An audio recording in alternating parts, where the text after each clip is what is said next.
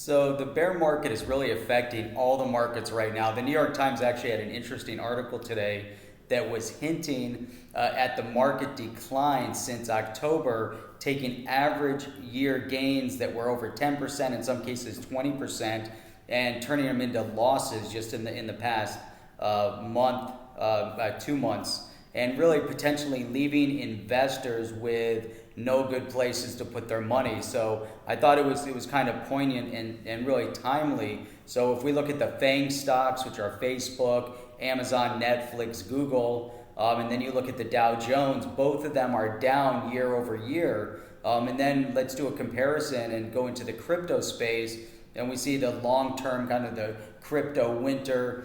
Bitcoin, Ethereum, Litecoin, and now even XRP are showing year over year losses. Now, there is for sure some uncertainty in the market, but within all of this doom and gloom that everybody seems to be talking about now, it's across all sectors of financial, of investment spaces, there does seem to be an actual light at the end of the tunnel. And we know that there's obviously cycles within the stock market. Eventually there's going to be a turnaround. There's ups, there's down, there's bulls, there's bears. Right now we're going through bear markets. And so we know it's going to turn around. The crypto space, obviously, as well, has seen its bulls and bears over all the years that they've been. Then all coins and Bitcoin has been around. So this is nothing new, and we're expecting good things to happen in the future. With all of this, really one company continues to stay well ahead of the curve, continuously pumping out positive news.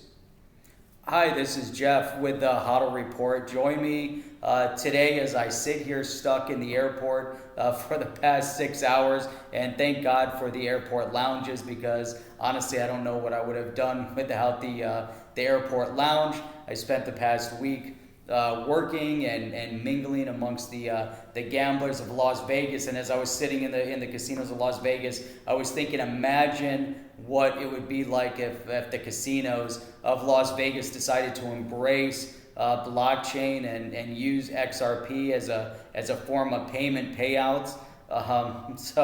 It's just amazing how much money people are just pumping into the machines. They took that same money and they put it into, even if you want to call it a speculative investment, it would be it'd be pretty amazing what would happen in this space. So you guys know what to do. If you enjoy this video, please give it a thumbs up, leave some comments, and if you haven't done so already, subscribe to the channel.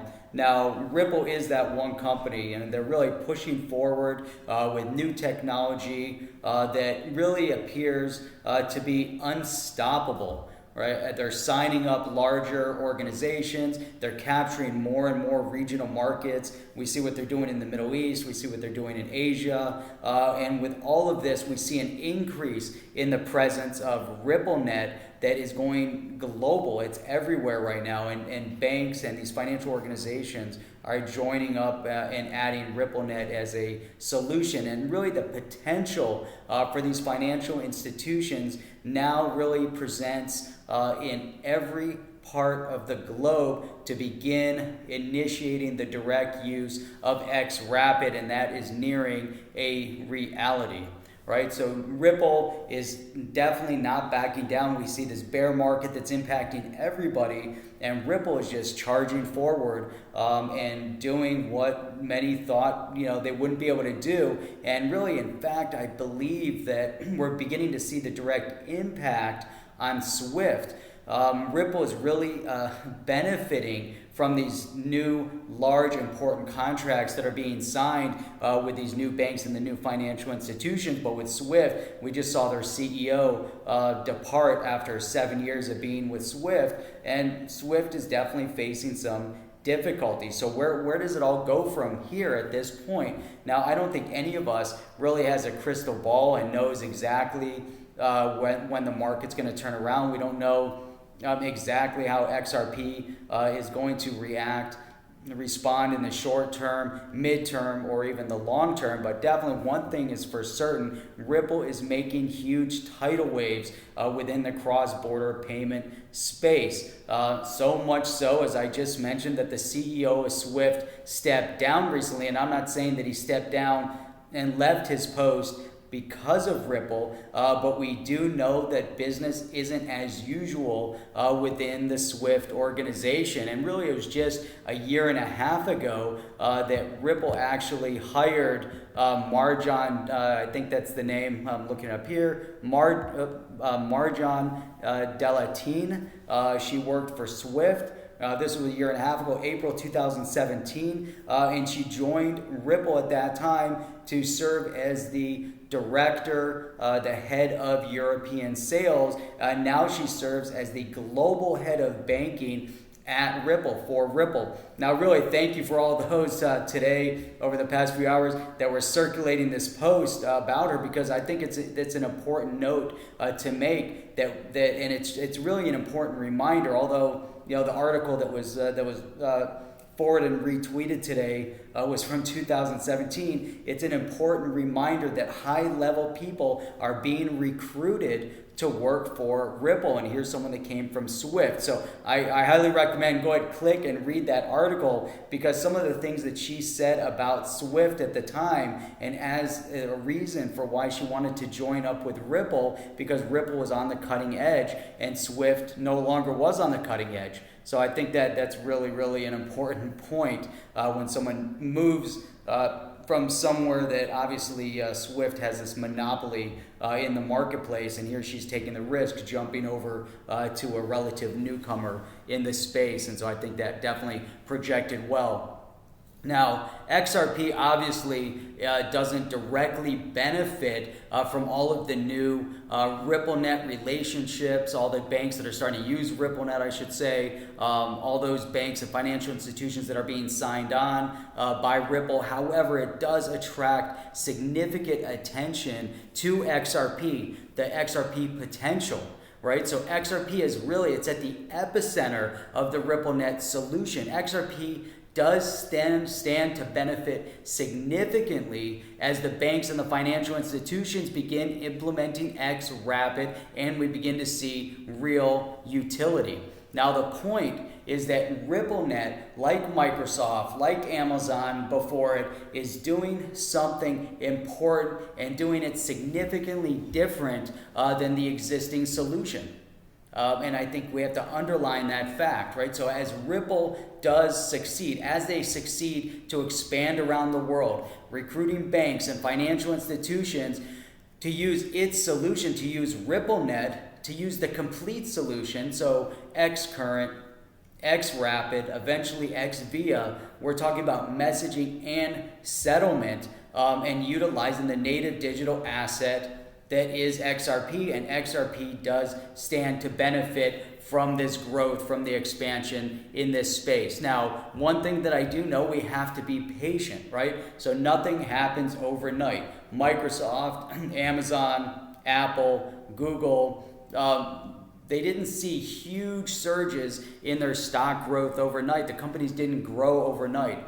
Ripple is doing what they've got to do to grow and expand. And we need to monitor and see how they are progressing and growing, just as other companies have done before them.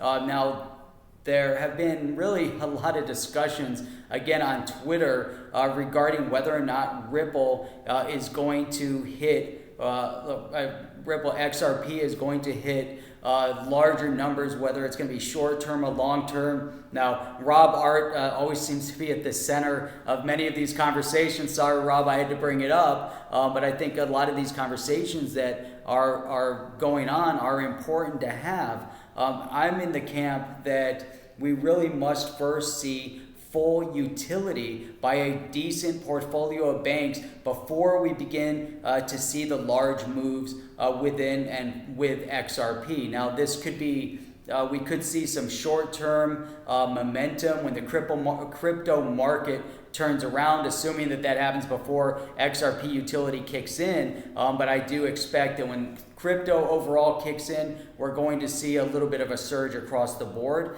and it might be everywhere. It might just be in the top 10. I don't know. But that's my expectation. But I'm really looking at the 3 to 5 year timeline, because it seems logical to me that this is a long-term investment. Again, it's still speculative. And that's something I think that we all have to understand, that, again, just I said in the beginning, just because Ripple succeeds and makes all these new contacts, that doesn't directly mean that we're going to see a surge within the XRP price point. Now, all of this could happen quicker, it could happen slower.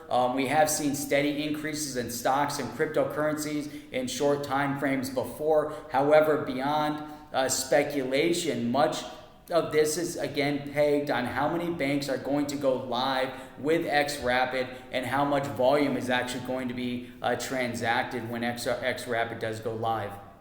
Now, what's interesting right now is that the stock market and the digital asset market are going through this bear cycle together at this point. I firmly believe both are going to recover. The big question right now is which one is actually going to recover first. If you enjoyed today's video, please give a thumbs up, leave some comments, and subscribe if you haven't done so already. Before I sign off, a final note. I'm not a financial advisor. I'm not providing any form of financial advice. But if I am going to give any advice, then let it be this: invest only what you can afford. Invest only what you can afford to lose. And don't buy or sell based on the FUD or FOMO that's spread online. And I should make a first note, do your own research with everything that you do before you invest. So again, I look forward to seeing you on my next video, and can keep on hodling your crypto.